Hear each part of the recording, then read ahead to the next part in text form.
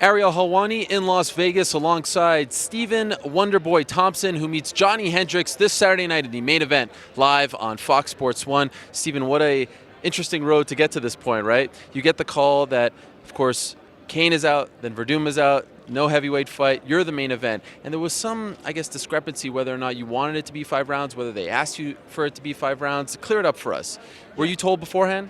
Yeah, actually, they called us, and actually we wanted it. We wanted the 5-round fight. I wanted to step up and try and save the card because I know they couldn't find anybody for Stipe. I'm always looking to do a main event, and I've been training 5-minute rounds, and I think me and Hendricks are definitely going to put on a good show. Why did you want it to be 5 rounds? Was it something about you or something about him? Did you think maybe that come championship rounds with his weight cut, you could test him a little more? Why is that? Well, I think he hired a nutritionist, so I know his weight's going to be on point. I think we're going to see the best Johny Hendricks, and that's what I want as a fighter. I want to fight the best Johny Hendricks. I'm at the point to where I'm looking at a title shot, and 5-minute rounds is what a title shot's going to be, and I think this will definitely prepare me for that. There's a bit of a logjam at the top of the welterweight division. Do you think a win over a former champion like Hendricks gets you that title shot? Oh, definitely. I'm looking for that title shot after this fight with Johny Hendricks. Have you been told that by the UFC? If you win, you get that shot? I haven't been told that. That's just something I want. I think going out there, putting on a good show, and finishing Johny Hendricks will definitely put me in that position. So you've seen the pictures of him, as you mentioned, new nutritionist and all. Do you think, though, that he's on the decline? Like, are you catching Johny at the right time in his career? No, I don't think that at all. I think he's coming into this fight in better shape than he has ever been. Having his weight on point, and that, like I said, that to me, that's what I want. I want the best Johny Hendricks. I want to fight the best, and I want to show the UFC and the fans that I'm ready for that next step of competition. I believe off the top of my head, you are 5-0 in Las Vegas as an MMA fighter. What is it about this place that continues to give you success? I don't know. I feel comfortable here, man. It's like a second home to me. Spent a lot of time in Vegas. Of course, fighting here for the UFC, and definitely going to be 6-0. Of course, last time we saw you, an amazing win over Ellenberger, and you had some freak injuries afterwards. You were kind of overcompensating. Did you learn anything about that, like about your body and how it works, or was that just kind of a strange one in the midst of your career?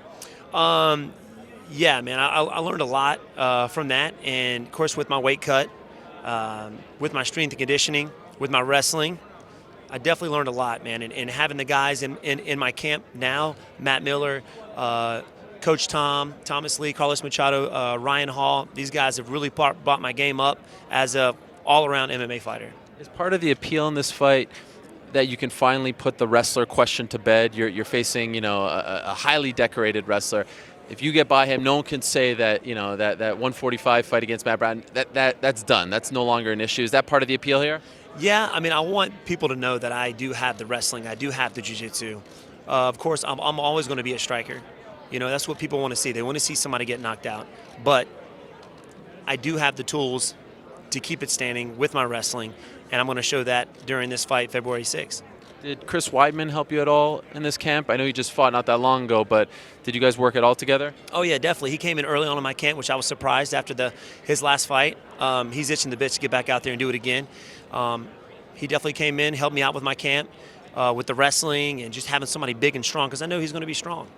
And nobody in the 170 division is going to be as strong as Chris. So that definitely gives me a huge confidence. By the way, last thing, last week, as you know, Sage Northcutt lost. Some similarities between you two in terms of your background, to a degree. Yours highly, you're on a whole other level, but you do sort of have the same boyish charm and whatnot. It just kind of makes me think. Any advice for someone like that who lost in dramatic fashion on national TV? He's so young. What would you say to him if you after all the criticism he received, if you had a chance to speak to him? You know what? I would tell him, don't worry about all the criticism. There's going to be haters everywhere you go. He's 19 years old. He's young. And as long as he's got good people around him, good family, good teammates to keep him positive, if I didn't have that in my camp, I wouldn't be where I am today. You know what I mean? Sometimes that can break somebody, having all that hype, and the next thing you know, boom, it just ends. But just stay positive, man, and stay focused and stay on that grind. Official prediction? Fascinating knockout, highlight reel. What are we looking for? Definitely going to see some sparks flying, and you're going to see a knockout. Look forward to it as always. Thank you for the time. Thank you very much.